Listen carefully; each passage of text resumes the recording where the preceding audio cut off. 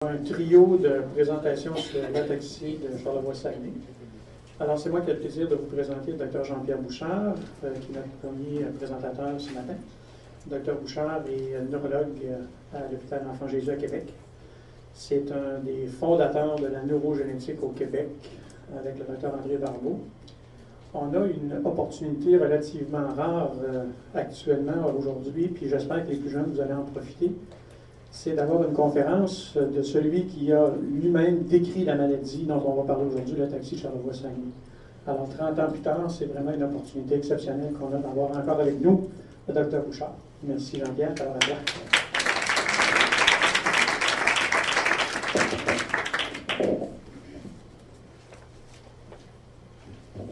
Merci Jean et bienvenue à tous. Alors écoutez, on va faire un petit tour rapide de ce qui s'est passé dans le temps et l'espace pour vous expliquer comment on est arrivé à avoir des maladies génétiques plus fréquentes dans Charlevoix et qu'on les a exportées allègrement dans la région du Saguenay par la suite. Alors, dans cette présentation-là, c'est un peu un collage de plusieurs autres présentations que j'ai réussi à faire. Et je vous parle de Charlevoix comme isolat géographique d'abord, parce que vous reconnaissez toute la petite pointe de tarte qu'on voit ici en bas, et c'est la région de Charlevoix, juste en dessous de la grande région du Saguenay-Lac-Saint-Jean, et avec à peu près 125 km de rive sur le Saint-Laurent, entre la petite rivière Saint-François et le Saguenay, le Tadoussac.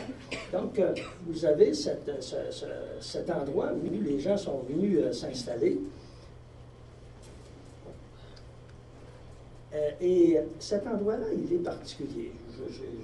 La plupart d'entre vous connaissent probablement l'histoire de Charlevoix, mais on dit toujours aussi, quand on fait l'histoire d'une maladie ou on raconte l'histoire, il ne faut pas aller jusqu'à Noé. Hein? Ils disent, ne remontez pas jusqu'à Noé. Là, on va remonter juste à 350 millions d'années, qui est le moment où il y a une météorite qui a frappé en plein milieu de la région de Charlevoix. Donc, vous avez son diamètre, sa pesanteur, sa vitesse, et ça s'est fait, on a encore le mont des éboulements qui est le Piton, où on a eu cet impact-là.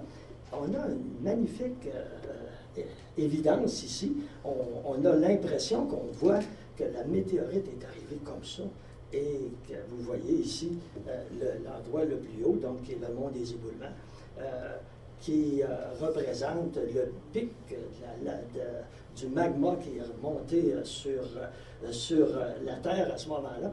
Et vous avez aussi, donc, un astroblème ici, donc un cirque qui est de 56 km de diamètre. Et tous ces calculs-là, c'est ce qui nous a permis de dire qu'est-ce qui s'était passé il y a bien longtemps, même avant Noé. Et bien, comme vous le savez, dans Charlevoix, on a des tremblements de terre. On est fiers de ça, quand ils ne sont pas trop gros. Alors, vous avez ici une carte, et c'est parce que, en fait, il y a toutes sortes de raisons, mais vous avez une faille, ici, la faille de Logan, qui est le fait que la plaïde, la base des Appalaches, vient maintenant s'embarquer sous les Laurentides entre l'île aux Coudes et la baie Saint-Paul. Vous voyez cette faille-là. Cette faille-là, elle est longue, elle a presque 3000 km, elle va jusqu'aux États-Unis en suivant les Appalaches. Et c'est pour ça qu'il y a de l'instabilité un peu ici. Alors, je vous montre ça parce que Charlevoix tire son nom du jésuite qui a fait qui a rapporté ses voyages en Louisiane et au Québec en 1720 et qui parle des tremblements de terre dans Charlevoix, celui de 1663 en particulier. Mais on sait que Jacques Cartier avait dit en 1535, quand il est revenu, qu'il y avait eu un gros tremblement de terre, qui avait changé bien des choses dans la géomorphologie le long du Saint-Laurent, entre son premier voyage en 1934 et son deuxième voyage en 1935. Donc, ça bouge chez nous dans Charlevoix.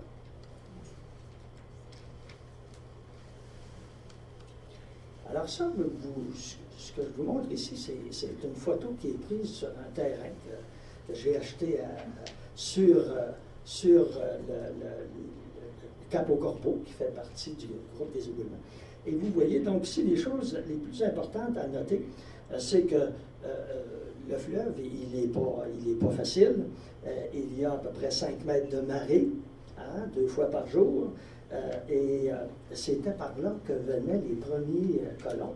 Hein, ils partaient de Saint-Joachim et ils suivaient la route des caps sur le bord. Alors, quand ils se retrouvaient avec la marée haute, ils étaient obligés d'attendre parce qu'ils ne pouvaient pas continuer. Et il y a eu aussi énormément de gens qui se sont fait prendre. Il y a eu beaucoup de décès avec leur petite chaloupe qui essayaient de monter jusqu'à Québec. Donc, c'est Charlevoix. Et c'est aussi ce que vous voyez là. C'est exactement l'endroit où les premiers colons sont venus s'installer. C'est-à-dire, au bout, ici, c'est le massif, hein, avec les pentes de ski. Donc, c'est la petite rivière Saint-François qui est cachée derrière la pointe, ici. Et vous voyez, c'est comme 2 souris qui boivent dans le fleuve Saint-Laurent. Donc, ce sont les caps. Et il y a des caps comme ça, à peu près à tous les 5 km, 5 à 10 km, en montant jusqu'à Saint-Joachim. Donc, un endroit très difficile. Et c'est donc la raison pour laquelle, quand les gens décident de s'installer dans la dernière partie, le dernier quart du 17e siècle, dans Charlevoix, ils ne retournent pas souvent à Québec. Et c'est pas facile. Et donc, ils vont vivre en vase clos. Et ça va devenir, cet isolat géographique-là, va devenir un isolat génétique. Alors, Monseigneur de Laval achète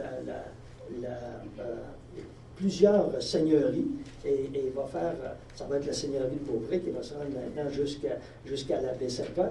Et c'est lui qui va concéder la première terre à Claude Bouchard, mon ancêtre, qui s'installe à la petite rivière Saint-François. Et par la suite, les autres qui vont recevoir des concessions, c'est des gens que la plupart d'entre vous connaissaient bien.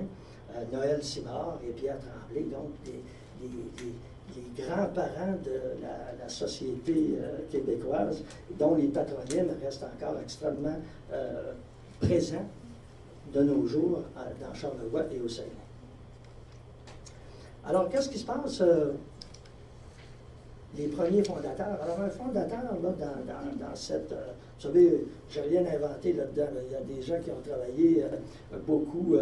Guérin, en particulier, René Jeté, qui est décédé, des historiens et des géographes qui ont travaillé beaucoup et qui se sont intéressés, en particulier avec Gérard Bouchard, à comment cette population-là s'est implantée à partir de la fin du 17e siècle.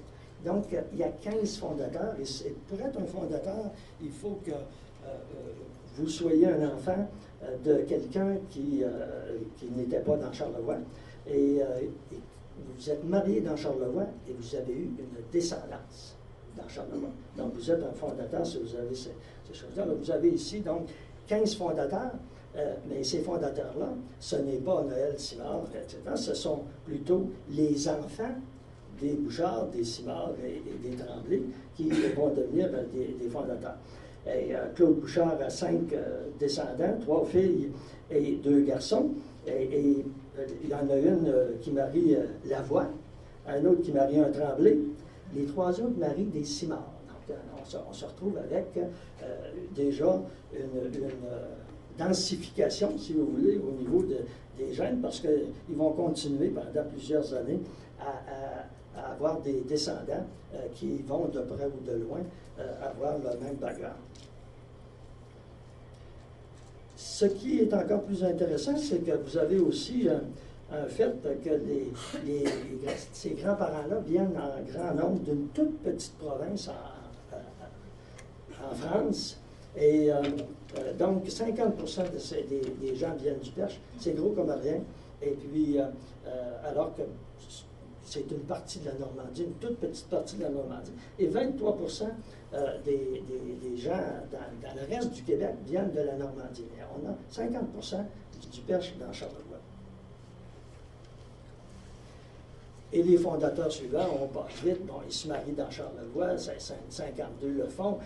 Il y en a déjà presque le tiers qui appartiennent aux premières souches dont on a parlé. Et bon, tout le monde s'intègre à ce noyau-là. Puis par la suite, il y a des gens qui viennent, ils marient pour la plupart, au moins la moitié, s'intègrent au noyau primitif en mariant des enfants des premiers qui se sont installés dans Charlevoix. Alors, à un moment donné, il manque de place et puis on décide d'ouvrir le Saguenay et c'est très intéressant de voir cette importante migration qui s'installe à partir de 1838 jusque dans les années 1920. Et l'immigration a toutes les caractéristiques qu'il faut pour qu'elle soit définitive. Et, les gens partent avec leur grande famille et s'installent quelque part au Saguenay ou au Lac-Saint-Jean. Et puis, quand on regarde ça maintenant, aujourd'hui, on a une fréquence de patronymes qui se ressemble beaucoup pour les patronymes les plus importants, comme Lille, Simard, Bouchard, dans Charlevoix et au Saguenay-Lac-Saint-Jean. Alors voilà la migration en nombre qui se fait du Saguenay de Charlevoix vers le Saguenay. Et c'est très important parce qu'il n'y avait pas, au milieu de cette période-là, il n'y avait pas 13 000 personnes qui vivaient dans Charlevoix. Donc ça veut dire qu'on a, sur 100 ans, on a fait une migration qui était aussi importante que la population de base.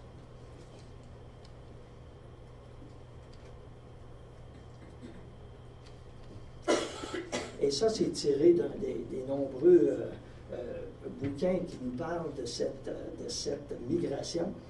Et c'est pour montrer que pour les maladies récessives, on a un patron qui est tout à fait intéressant. D'abord, on peut répéter encore que ces gens-là se sont installés sur la côte de Beaupré, tous installés. Ils ont eu leurs enfants là, en fait. Bouchard, Tremblay et Simard, ils ont eu tous leurs enfants alors qu'ils étaient des colons sur la côte de Beaupré. Et ils s'en viennent après 1675 s'installer dans Charlevoix. Et en 1838, une grande partie de ces gens-là qui étaient installés tout le long de Charlevoix vont donc maintenant migrer vers le Saguenay-Lac-Saint-Jean. C'est vrai, donc, pour tous les gènes récessifs dont on a parlé à plusieurs reprises, des maladies qui sont rares ailleurs, ou inédites ailleurs, ou non reconnues ailleurs, et qu'on a eu l'occasion de mettre en évidence dans notre population. Alors, juste rapidement, les maladies récessives qu'on rencontre plus fréquemment dans Charlevoix et au Saguenay-Lac-Saint-Jean, la taxie spastique, la polyneuropathie avec agénésie ou du corps calleux, l'encéphalopathie des Canadiens français à ocytochrome oxydase, la maladie que Pierre Lavoie a mis sur la carte, la myasthénie congénitale, qui est quelque chose de tout récent, dont le docteur Bray et le docteur Mathieu ont été les grands acteurs ici dans la région.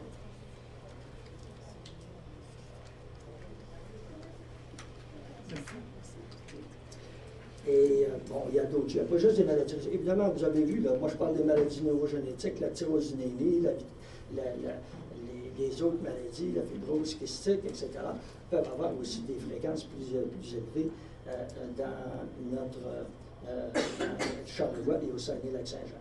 Il y a aussi une seule famille, mais c'est parce que c'est rare, la dystrophie musculaire d'Emery-Dreyfus dans Charlevoix.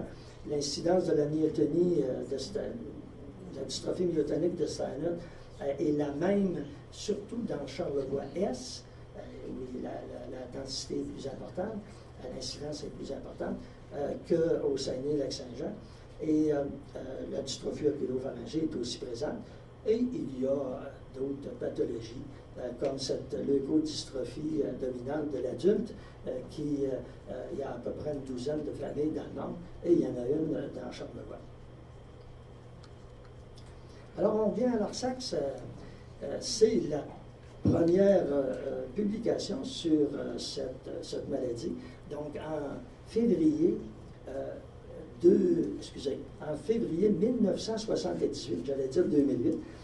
Donc, on a assez de données pour publier dans le Journal canadien des sciences urologiques, mais vous allez voir que ce n'est pas quelque chose d'isolé. On n'a pas découvert ça comme ça, des novo. Ça faisait partie d'un projet plus étendu.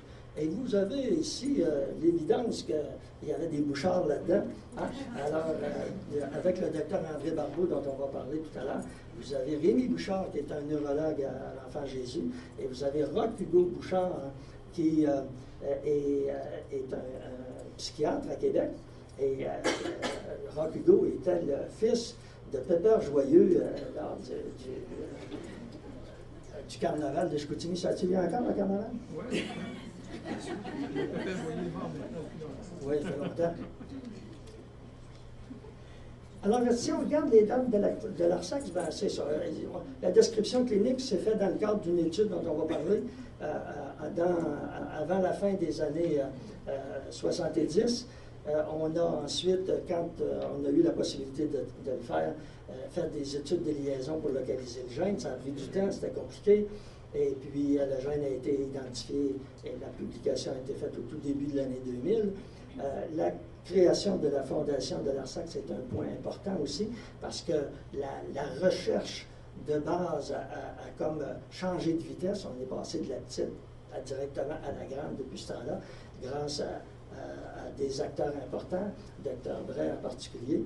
Et donc, on pouvait avoir les résultats préliminaires de cet effort-là récemment, l'automne dernier, au Symposium international sur l'ARSAC, qui a eu lieu à Montréal, et où on avait des invités prestigieux. Alors, donc, qu'est-ce qui s'est passé? Les gens qui ont connu Claude Saint-Jean, c'était une locomotive, et Claude Saint-Jean avait commencé à avoir des problèmes de démarche à l'âge de 15 ans. Il y en avait une vingtaine quand il a décidé qu'il fallait absolument faire quelque chose. Donc, il a voulu convaincre le docteur André Barbeau qu'il fallait faire de la recherche sur l'ataxie de Friedreich. Dans ce temps-là, l'ataxie de Friedreich, c'était un terme générique. On appelait ataxie de Friedreich tous les gens qui avaient des problèmes de démarche et de coordination en général.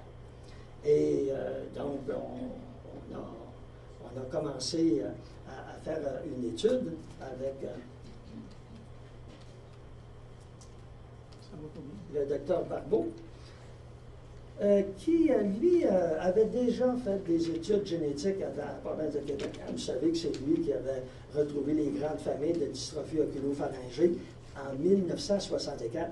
Et Bernard et moi avons eu le plaisir de reprendre ce flambeau-là dans les années 80 pour conduire à l'identification du gène.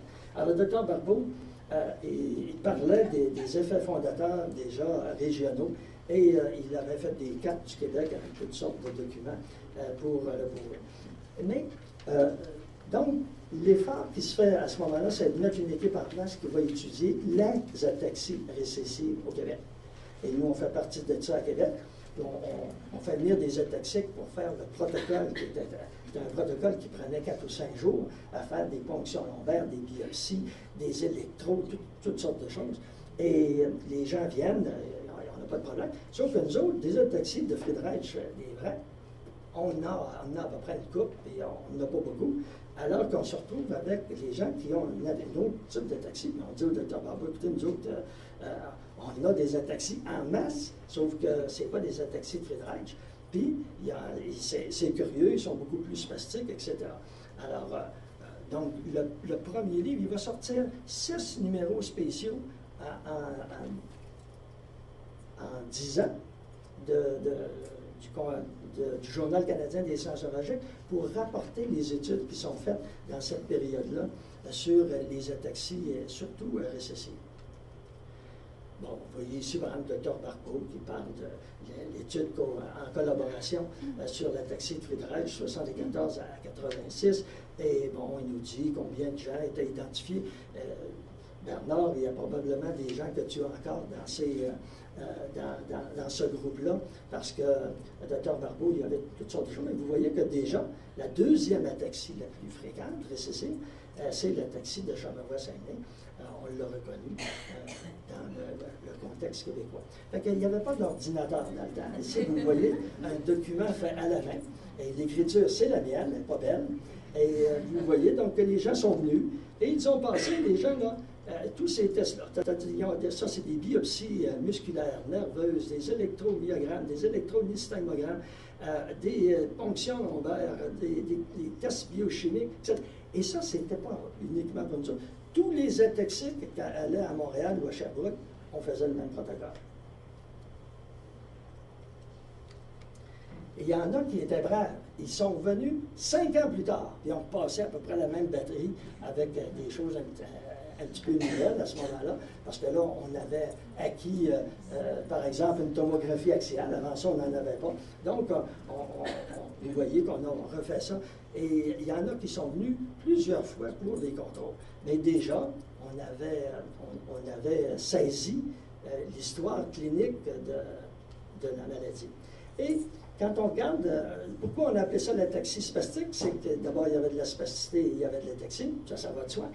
Mais ce n'est pas un terme qui était utilisé dans ce temps-là. Il faut reculer à Bell et Carmichael en 1939, qui ont fait une énorme étude sur les dystrophies musculaires et les autres maladies génétiques, et qui vont, eux autres, montrer justement qu'il y a des pathologies qui sont récessives, et elles commencent très tôt dans la vie, comme on a avec l'ataxie spastique.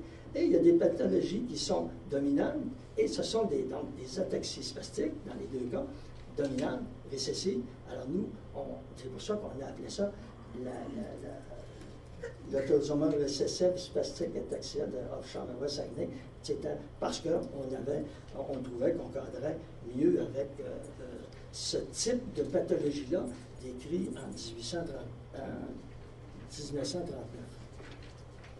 Alors, on a donc continué à faire des cahiers. Ceux-ci, c'est ceux où il y a au moins une demi-douzaine d'articles qui concernent l'ataxie de Charlevoix-Saguenay en 78 et 79. En tout, là, cette étude-là dont je vous parle, qui est important de savoir que ça ne se fait pas tout seul, les recherches, c'est un groupe de recherche où vous voyez le nombre d'institutions et de collaborateurs qui étaient dans l'étude en collaboration sur l'ataxie de Friedreich. Ça comprenait des collaborateurs de plusieurs pays. Et on avait, après cette période-là, fait 148 publications qui étaient reliées de près ou de loin aux ataxies héréditaires, surtout au Québec. Alors, vous avez quelques diapositives en anglais parce que je n'ai pas eu le temps de les changer. C'est relativement simple. Quand on a compris le tableau complet, ça commence quand on commence à marcher. Hein? Donc, les enfants, la plupart du temps, on ne les voit pas à moins qu'il y ait déjà d'autres enfants dans la famille qui l'avaient avant et qu'on remarque des petits signes comme, par exemple, la poursuite oculaire, etc. Mais ça veut dire que dès que les gens commencent à marcher, ou bien ils vont commencer un petit peu plus tard ou ils vont faire des chutes fréquentes. Et ça, c'est là au départ. Puis ça va tranquillement, pas vite, évoluer sur une quarantaine d'années, finalement. Ils vont devenir de plus en plus spastiques au niveau des membres. Le langage va devenir de plus en plus lent et dysrythmique. On va avoir avec le temps une atrophie musculaire qui s'installe distalement aux 4 membres, et ça, c'est le fait de l'atteinte des nerfs périphériques. Et de la même façon, on va perdre certains des réflexes qui étaient vifs auparavant, pour la même raison. Et ça, c'était les choses qui progressent. Quand on regarde, par ailleurs, il y a des choses qui ne progresseront pas. On aura toujours, par exemple, les mouvements anormaux au niveau des yeux. On verra toujours au fond d'œil des anomalies qui sont assez typiques, puisqu'elles ne sont pas décrites dans une seule autre maladie dans le monde comme on l'a fait nous. Et on peut avoir, par exemple, des tests diagnostiques qui nous aident aujourd'hui, la tomographie axiale ou la résonance magnétique, qui vont nous montrer les anomalies au niveau du cervelet, mais aussi de la moelle épinière. Hein. La moelle épinière d'un ataxie spastique, c'est comme la moelle épinière d'une paraparésie spastique, d'une autre maladie. familiale, surtout dominante, et la plupart du temps, elle est plus petite que la moitié du volume actuel de la moelle épinière.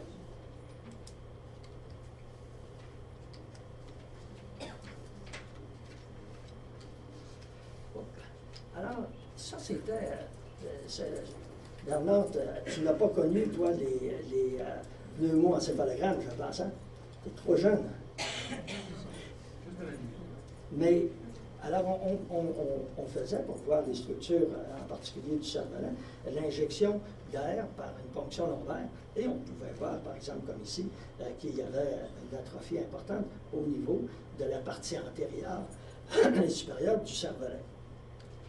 Bien sûr, aussitôt que la tomographie axiale est arrivée et la résonance magnétique, on a pu avoir des vues en sagittal qui nous montraient cette extraordinaire atrophie de la partie supérieure du cervelet, alors que la partie inférieure demeure toujours normale. On peut déjà voir ici que, même si le tronc cérébral est normal, hein, avec la protubérance annulaire ici, à partir de cette... on ne voit pas très bien, là, mais dans les premiers segments de la moelle cervicale, on peut voir l'atrophie chez les gens à peu près de n'importe quel âge. Bon, on a parlé beaucoup des problèmes hier, on a parlé des problèmes cognitifs dans une des présentations des gens qui ont l'ARSAX, chez les jeunes. On avait fait, nous, dès le départ, avec un psychologue, un des tests les plus simples, le Wechsler, qui nous avait permis de dire que les gens qu'on avait évolués, et nous, ce n'était pas des enfants, c'était tous des gens entre 20 et 40 ans, que tous ces gens-là qui avaient passé le test, une dizaine ici, avaient un IQ verbal normal. Vous voyez ici, donc, on dit... c'est des gens dont l'intelligence est normale pour ce qui est de la compréhension et toutes sortes de choses. Mais, bien sûr, quand on commence à vouloir leur faire des tâches motrices, et en particulier des choses qui demandent une bonne coordination visuo-spatiale, on est dans le trouble, et là, on a des anomalies relativement importantes. Alors, si on continue, on dit dans la vie adulte, les gens ont quand même, il y en a plusieurs qui ont complété des scolarités de collège et d'université, qui travaillent pendant plusieurs années, alors que on aurait pensé peut-être que c'était difficile de faire la scolarisation pour la plupart de ces gens-là. Donc, il y en a qui réussissent très bien. Et quand on refait les tests chez les mêmes personnes entre l'enfance, l'adolescence et l'âge adulte, on s'aperçoit que c'est surtout sur les tâches visio-spatiales que les gens se détériorent avec le temps. Ce n'est pas normal au départ, puis ça se détériore avec le temps. Un petit sommaire, donc les gens au niveau des fonctions supérieures, ils semblent avoir un ralentissement au niveau des connaissances, de la difficulté, mais pour le verbal, l'IQ demeure normal. Au niveau des yeux, on a le problème des saccades anormales. Le langage se ralentit et au niveau des membres supérieurs et des membres inférieurs, on a un mix de trois choses dont on va parler ensuite. L'atteinte du neurone moteur supérieur, l'atteinte du cervelet et la neuropathie sensitivo-motrice en périphérie. Alors, il y a aussi des incontinences, la plupart du temps urinaires, donc c'est une atteinte du système autonome et du système moteur qui cause ces problèmes. Ici, rapidement, c'est juste pour vous montrer, on comparait nos patients aux gens qui avaient l'ataxie de Friedreich. Vous voyez ici, on avait des gens avec l'ataxie de Friedreich, et c'est à peu près dans les limites de la normale pour la conduction motrice dans la plupart des nerfs. Et vous voyez donc ici, pour l'ARSAX, c'est nettement inférieur. Donc, il y a certains types de Charcot-Marie-Tooth qui vont montrer à peu près le même ralentissement. Et ça, si on le fait chez les enfants, ça demeure. Donc, le ralentissement que vous voyez là, ce n'est pas la neuropathie axonale, ce n'est pas la perte des axones, c'est probablement un problème dans le développement de la myéline. Parce que vous voyez ici, maintenant, chez les gens qui sont un peu évolués, on n'a plus de conduction parce qu'on n'a plus de muscles dans lesquels on va pouvoir enregistrer au niveau des pieds pour le nerf péronné. C'est une brave jeune fille qui, elle, a eu 4 fois un électromyogramme et on peut voir que les temps de conduction ont toujours été dans des limites qu'on a montrées tout à l'heure, donc ralenti, mais ça ne progresse pas. Ce n'est pas une polyneuropathie démyélisante. Les signes au fond d'œil, évidemment, il faut essayer de se convaincre sur une... Mais vous voyez, donc, on perd les vaisseaux parce qu'ils sont enrobés par des fils myélinisés et c'est un des... je dirais, des signes cliniques les plus importants dans notre groupe de patients. Il n'y en a pas partout dans le monde. Il y a des ataxies spastiques avec la génétique, mais pas de fibres myélinisées. Jean-Mathieu, quand il est arrivé ici à Chicoutimi, il a vu beaucoup de ces patients-là. On a, de temps à autre, collaboré ensemble pour bien comprendre l'évolution de la maladie. Et c'est lui qui avait suggéré de faire cette espèce de carton avec l'importance de la maladie motrice au niveau du système nerveux central, de l'atteinte cérébelleuse et de la neuropathie dans le temps. Alors, il faut bien penser que